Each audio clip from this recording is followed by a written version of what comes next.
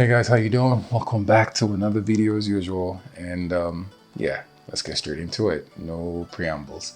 So a lot of people have this mindset that everything is all about the camera, but we fail to understand that a camera without the lens is literally blind.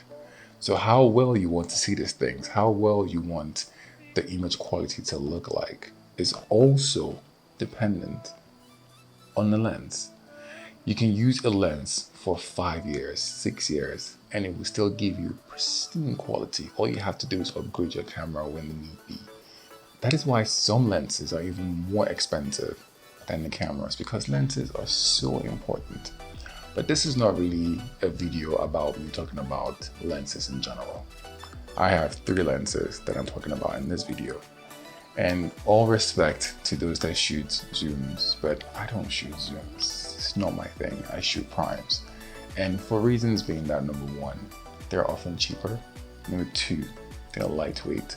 Number 3, my aperture can be as low as like 1.8, 1.4, meaning I can get more light into my scene. But for most zooms, always max out around like 2.8. So for these reasons, I love shooting primes.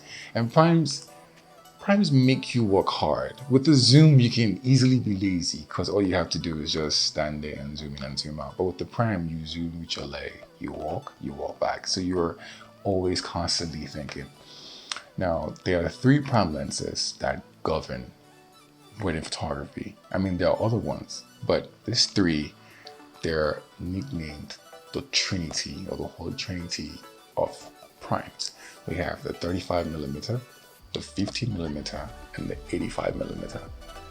Now, it's not just about knowing these 3 different lenses, but knowing when to use it can be the absolute difference between a professional and a non-professional photographer.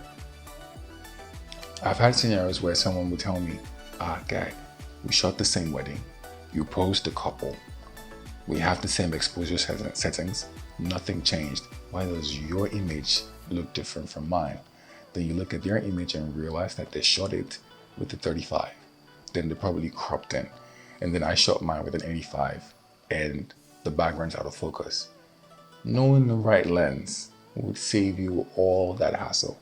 So in this video, I have practical examples of the impact that this different focal lengths have on your images. So I will show you clips of me out there with the model using the 35, the 85, and the 50. Now, of course, she's a model, she's not a bride or a groom, but if you understand these basic principles, then you can apply it to your bride and groom and to a wedding scenario.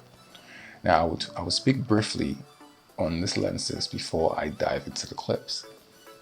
The very first lens on this list will be my favorite lens, which is the 35mm.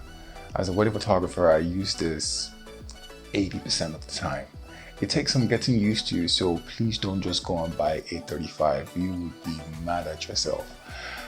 But I love the 35 because it is my style of photography. And what does that mean? My style of photography requires me to document scenarios, to capture moments, to document scenes. And because of that, I require often more than one element to tell a story.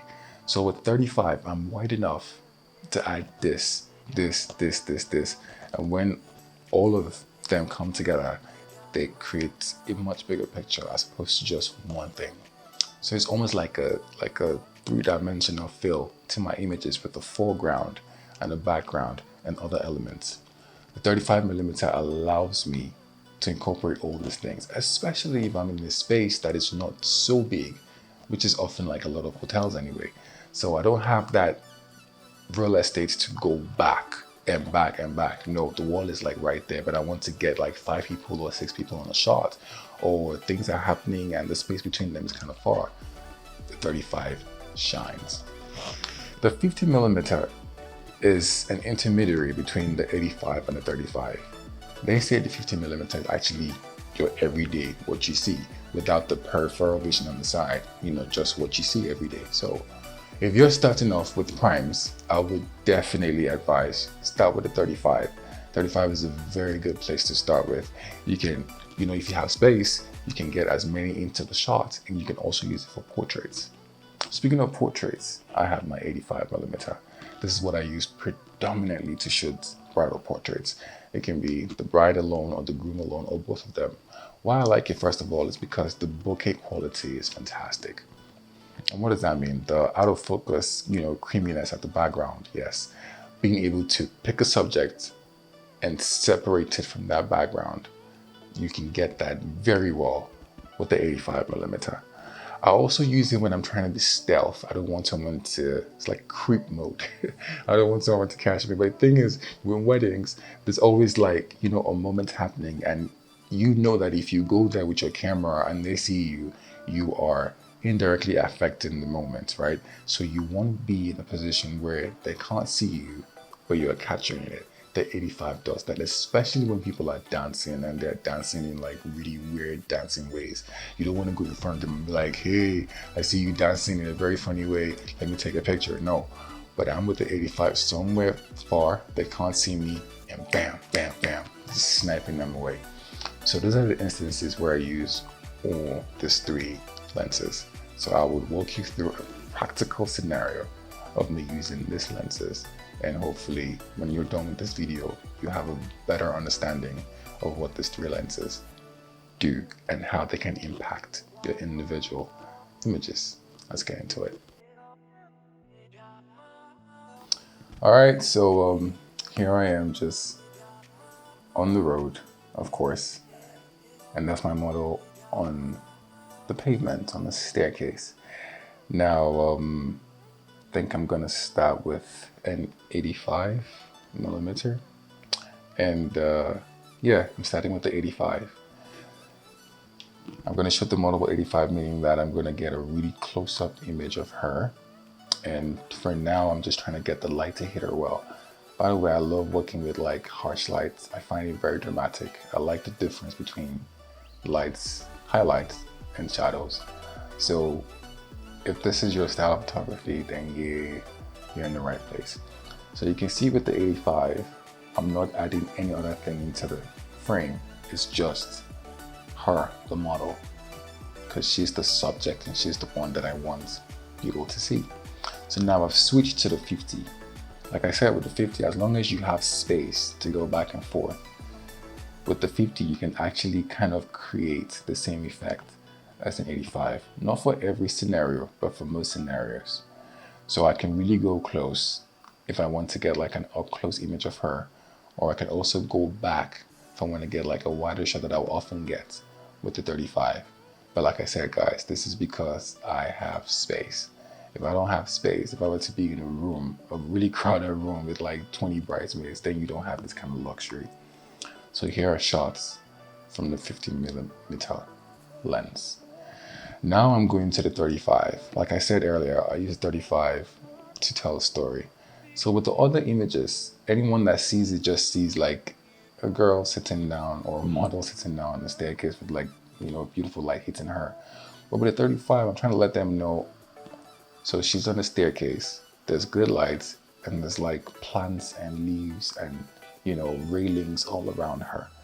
So this works for me at weddings as well, because you can have the bride talking to the groom, talking to her mother, talking to her grandmother, and I'm able to incorporate it to put all of that in the frame. We've left that position to a different position, and I have switched my lens here. So with this, I am starting with the 35. As usual, with the 35, I'm incorporating the background. So I'm very sure when you see the images, it'll be very obvious that we're shooting by a bridge. There's some trees behind us. We're probably somewhere in downtown because there are skyscrapers. And it gives a better story or a full story to your image. I also use 35 for portraits as well. Absolutely, but before I dive into that, let's see the images. Exactly, so you can see where she is. You can see the cars on the street. You can see the skyscrapers. You can see everything around. So it's very obvious this is the story I'm trying to tell. Now see this image, if I had a groom, I could just put the groom by the side and is wide enough. So you see what I mean? Exactly. Knowing the right lens to use is very, very important. Yes, we're still in the same space that we have a lot of space around us. So this 50 is still going to be a lens that can do pretty much both, which is why initially I said if you're starting off, invest in the 50, because the 50 can do what a 35 and an 85 can do for most part of it. Not completely, but for most part of it. So I can almost recreate a 35 focal length with this 50 simply because I have space all around me. And I can almost somewhat create an 85 perspective as well. So you can see it's less of the scenery now and more of just the model. A little bit of the scenery in a few cases, but not as impactful as with the 35. Now the 85. The 85, like I said, oh man, it's just pure beauty.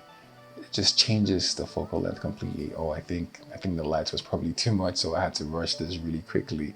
It's very good to communicate with the subject, by the way, so you know how they're feeling. Obviously, being that I can flip out the screen in my Sony, I just had to pull it up and get a close-up view of her face, and you can see it's just a different angle completely, and it's the same location. That is the beauty about it. It's the same location, but just because of a different choice of lens, I've been able to drastically change the perception of the image. So here we are with just regular lights, and yeah, it's not as dramatic as the former images, and that first set of shots was taken with the 50mm. Then I graduated from that and switched to the 85mm 1.8. Still posing my model accordingly and using the right lens.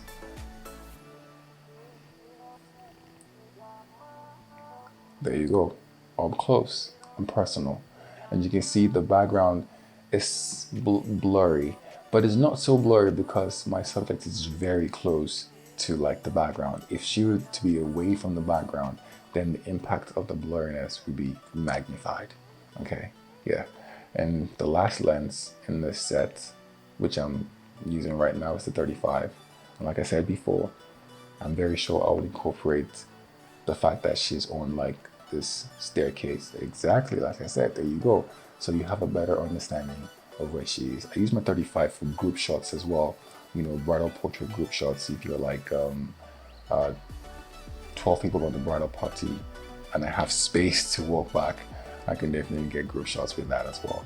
I mean, you can obviously go as wide as like a 28 or a 24, you know, but that 35 to me is a sweet spot where there's no distortion. You know, it's just about right. It's just about right. I can't stress it, I just love it. So I've moved to a different location. Well, kind of the same location, but like a different space. Still working with the model and trying the different focal lengths. Here I'm starting with the 35 because I ended with it the last time. And by now, I mean, sound like a broken record already, but you know what 35 does. I'm just incorporating the background and telling a much better story, saying this, my model is in a space with a pond behind her and a lot of greenery and a bridge and everything, yeah. So I switch and you can see me move back to use the 85 because I need space.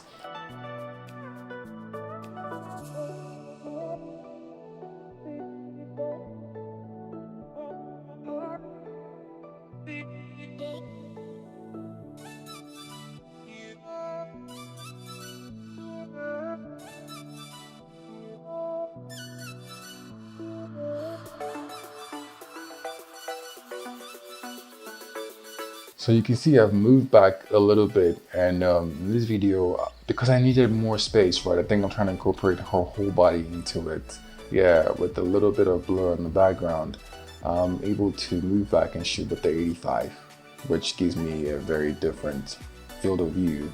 There you go, compared to the initial 35. So if you have like, if you want to take like a full bridal portrait with the whole dress and everything, and you don't want to incorporate too many things in the background, yep, just go a little bit further back. You don't necessarily have to only use the 85 for like headshots, you know, no, you can take like full body portraits.